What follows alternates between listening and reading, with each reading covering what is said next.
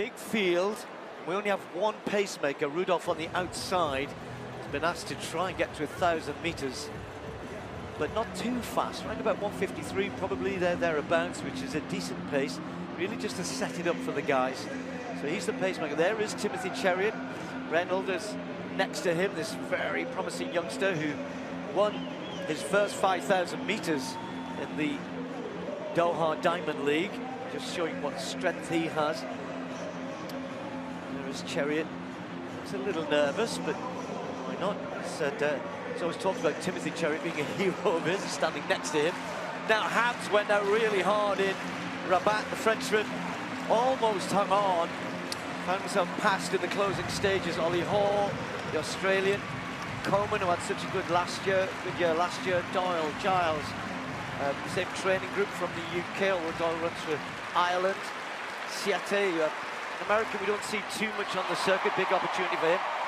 And Lacti, from France, who two in, standing next to Adrien Ben, better known as an 800-meter runner, but Lacti ran a big race in Nice last week, big personal best for the Frenchman.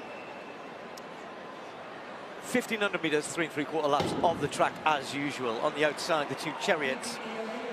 Just a big field here, just want to see them settle down in the early stages with just the one pacemaker. Rudolph, he doesn't need to look that much, but he's just said, okay guys, just give me room, but he just needs to get ahead of them a little bit so they've got a bit of space to sort themselves out behind. A couple of them almost running in lane 3 there. And that's what you have to do, you just have to kind of pick your place early on and then not waste too much energy jumping around. And you can see there that the two Chariots and Habz, Ollie Hoare, have got themselves with a good view of what's going on ahead. Well, it's a big field. Thankfully, it seems to be fairly tight at the moment, Steve, as they go through there in about 42.5. It's not super quick. I thought they ran that first 150 just a little bit slow. I'd like to see them about a second quicker than this, although they are stretched out now. Timothy Chariot in 3rd place. He loves to front run with that forward-leaning style of his. 56.31. It's probably about a second slower than they would have liked.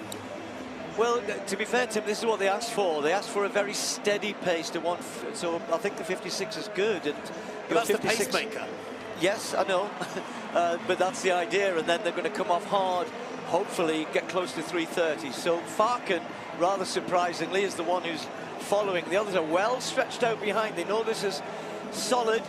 Nobody wanting to be too close. So Chariot right up there with Habz, Filstrom close as well. Elliot Giles a little bit further back, just tucked in behind Brian Coleman.